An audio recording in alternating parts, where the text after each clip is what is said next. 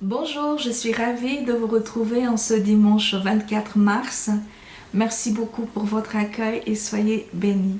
Nos textes du jour se trouvent dans Deutéronome chapitre 30, versets 15 à 20, puis dans l'Épître aux Colossiens chapitre 3, versets 12 à 17, et enfin dans l'Évangile selon Luc chapitre 15, versets 11 à 32. Commençons par lire les textes. Nous lisons donc dans Deutéronome, chapitre 30, versets 15 à 20. Au nom de Jésus, vois, je mets aujourd'hui devant toi la vie et le bonheur, la mort et le malheur. Moi qui te commande aujourd'hui d'aimer le Seigneur ton Dieu, de suivre ses chemins, de garder ses commandements, ses lois et ses coutumes. Alors tu vivras, tu deviendras nombreux, et le Seigneur ton Dieu te bénira dans le pays où tu entres pour en prendre possession. Mais si ton cœur se détourne, si tu n'écoutes pas, si tu te laisses entraîner à te prosterner devant d'autres dieux et à les servir, je vous le déclare aujourd'hui, vous disparaîtrez totalement. Vous ne prolongerez pas vos jours sur la terre où tu vas entrer pour en prendre possession en passant le Jourdain. J'en prends à témoin aujourd'hui contre vous le ciel et la terre. C'est la vie et la mort que j'ai mises devant vous.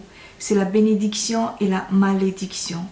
Tu choisiras la vie pour que tu vives, toi et ta descendance, en aimant le Seigneur ton Dieu, en écoutant sa voix et en t'attachant à lui.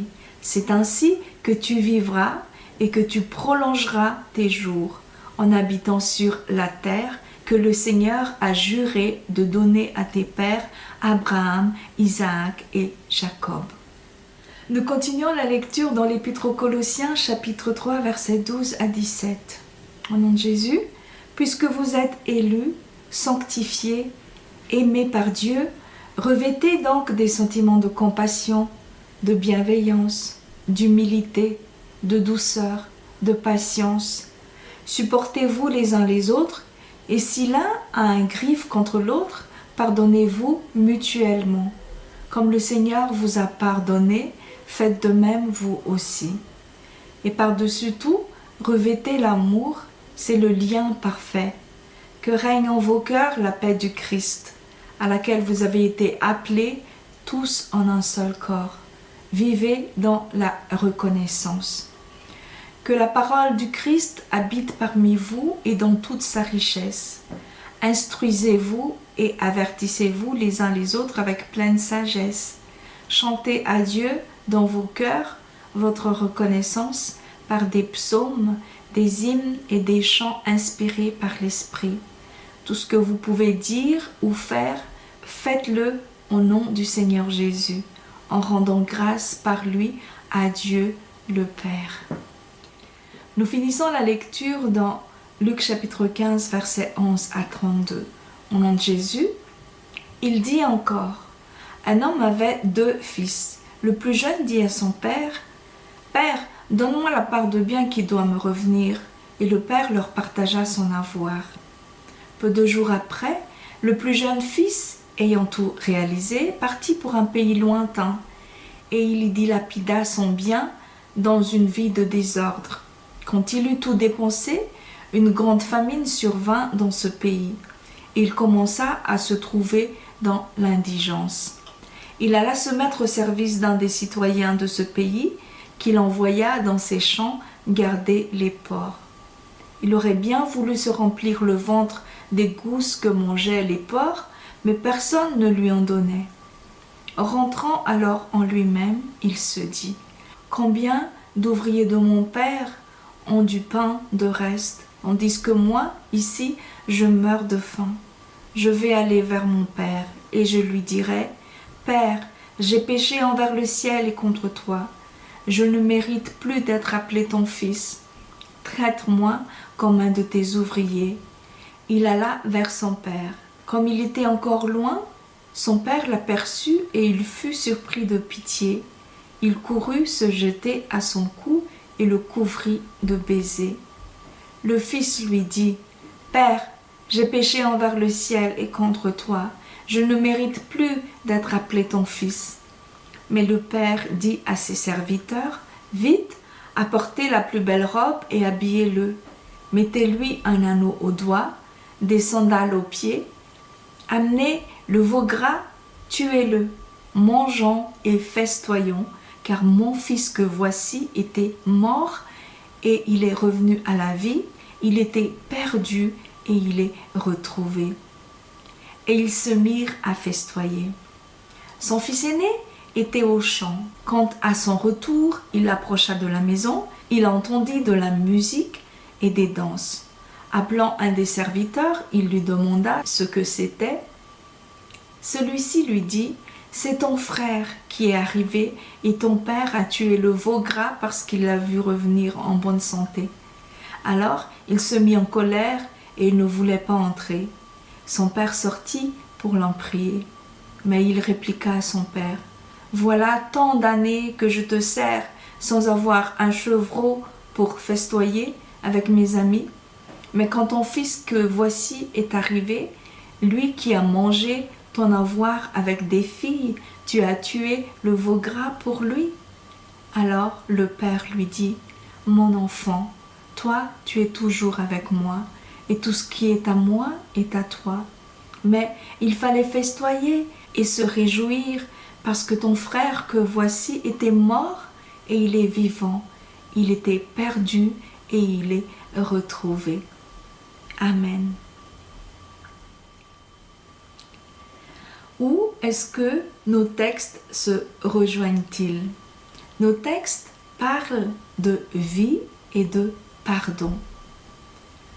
Dans notre premier texte, le peuple d'Israël est exhorté à choisir la vie au lieu de la mort. Vois, je mets aujourd'hui devant toi la vie et le bonheur, la mort et le malheur. Et plus loin, tu choisiras la vie pour que tu vives. Notre troisième texte parle du pardon du Père qui redonne vie à son Fils. Mon fils que voici était mort et il est revenu à la vie. Il était perdu et il est retrouvé. Notre deuxième texte parle aussi de pardon. Pardonnez-vous mutuellement comme le Seigneur vous a pardonné, faites de même vous aussi. En effet, le pardon ressuscite. Le pardon redonne la vie. Et le manque de pardon, c'est-à-dire la culpabilité, condamne. Elle enlève la vie. La culpabilité tue l'espérance. Dans un premier temps, nous allons développer l'idée que oui, le pardon ressuscite, c'est-à-dire que pardonner, c'est faire vivre. Pardonner, c'est redonner la vie. Et dans un deuxième temps, nous verrons la suite. Oui, pardonner ressuscite, c'est-à-dire que choisir la vie, c'est se mettre sous le pardon. Choisir la vie, c'est demander pardon pour le mal qu'on a fait. Parlons du pardon de Dieu qui nous ressuscite. Il y a un geste qui est de couvrir la honte, que c'est un geste que Dieu fait pour nous permettre de redresser la tête après qu'on ait commis une faute. Quel est ce geste? C'est tout simplement le geste de nous couvrir.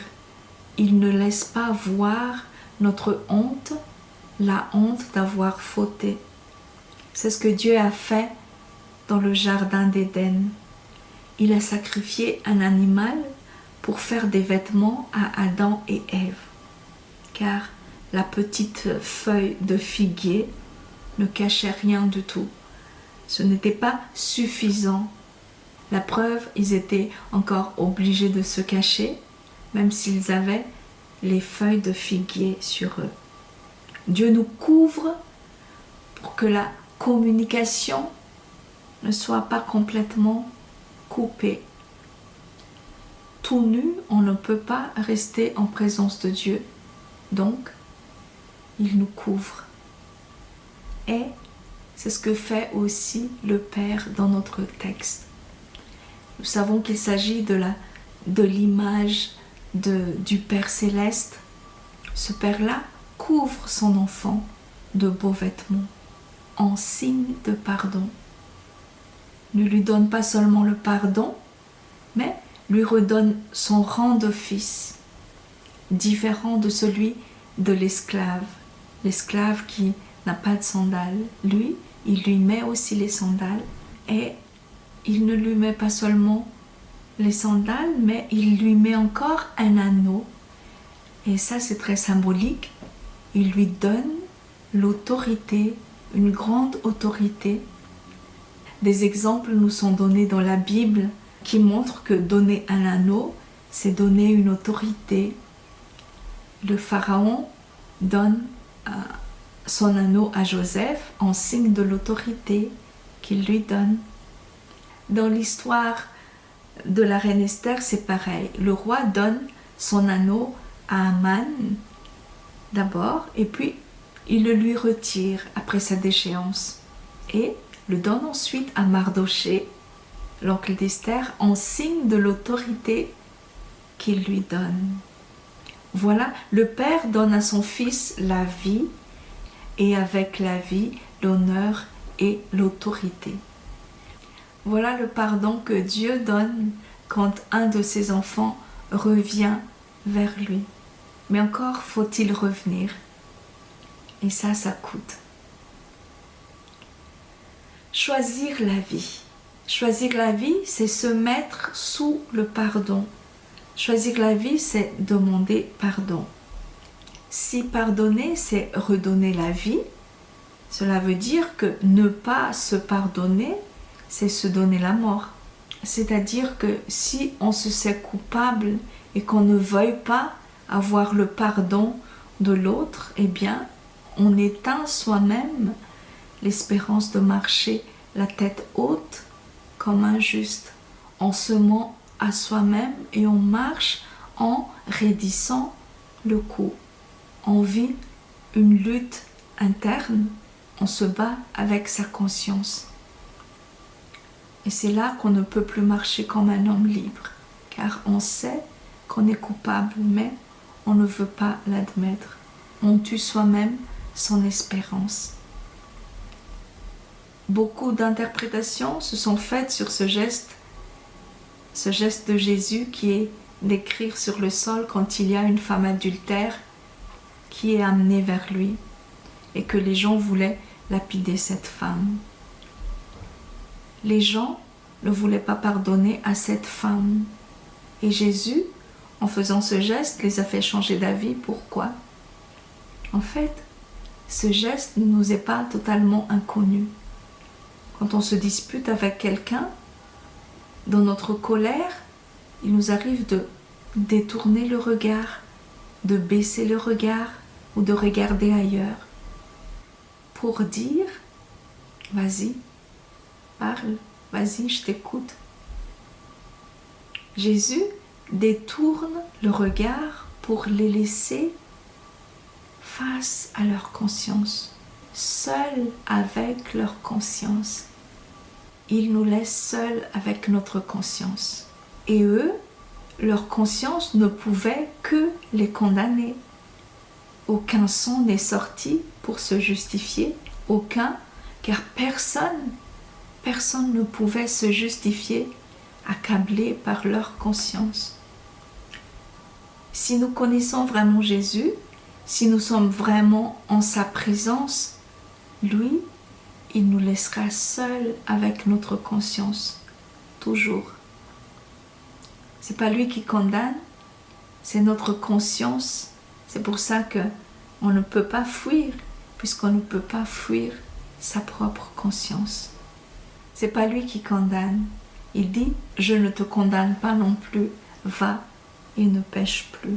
La chose la plus difficile, c'est de concevoir que Dieu nous pardonne si et seulement si nous pardonnons. Les deux choses sont liées, les deux choses sont indissociables.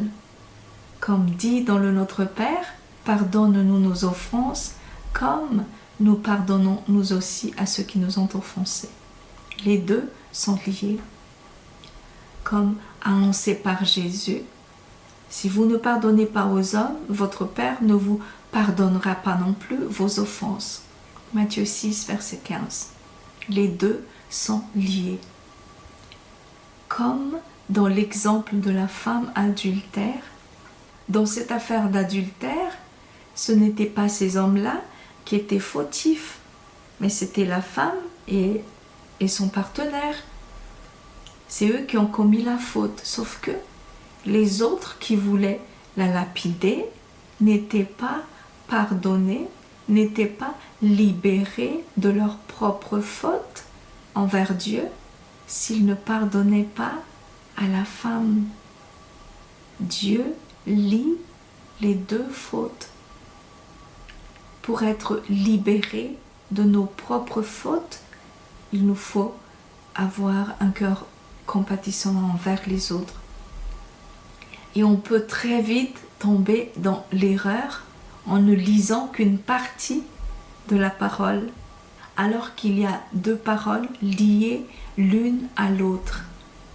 Dieu ne dit pas seulement « vous devez pardonner », mais il dit aussi « vous devez demander pardon pour ce que vous avez fait ». Et ça, même si ce n'est pas la même personne qui vous doit le pardon et à qui vous devez le pardon. Par exemple, si on se dispute avec quelqu'un, on se fait tort mutuellement et puis après on se pardonne mutuellement. Là, on demande le pardon et on donne le pardon à la même personne. Mais c'est différent ce que Dieu dit. Lui, il comptabilise tout.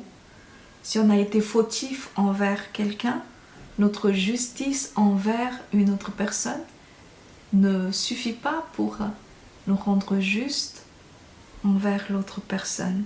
D'où la nécessité toujours de demander pardon quand on sait qu'on a fait mal à quelqu'un et d'avoir un cœur compatissant envers tous et tout le temps.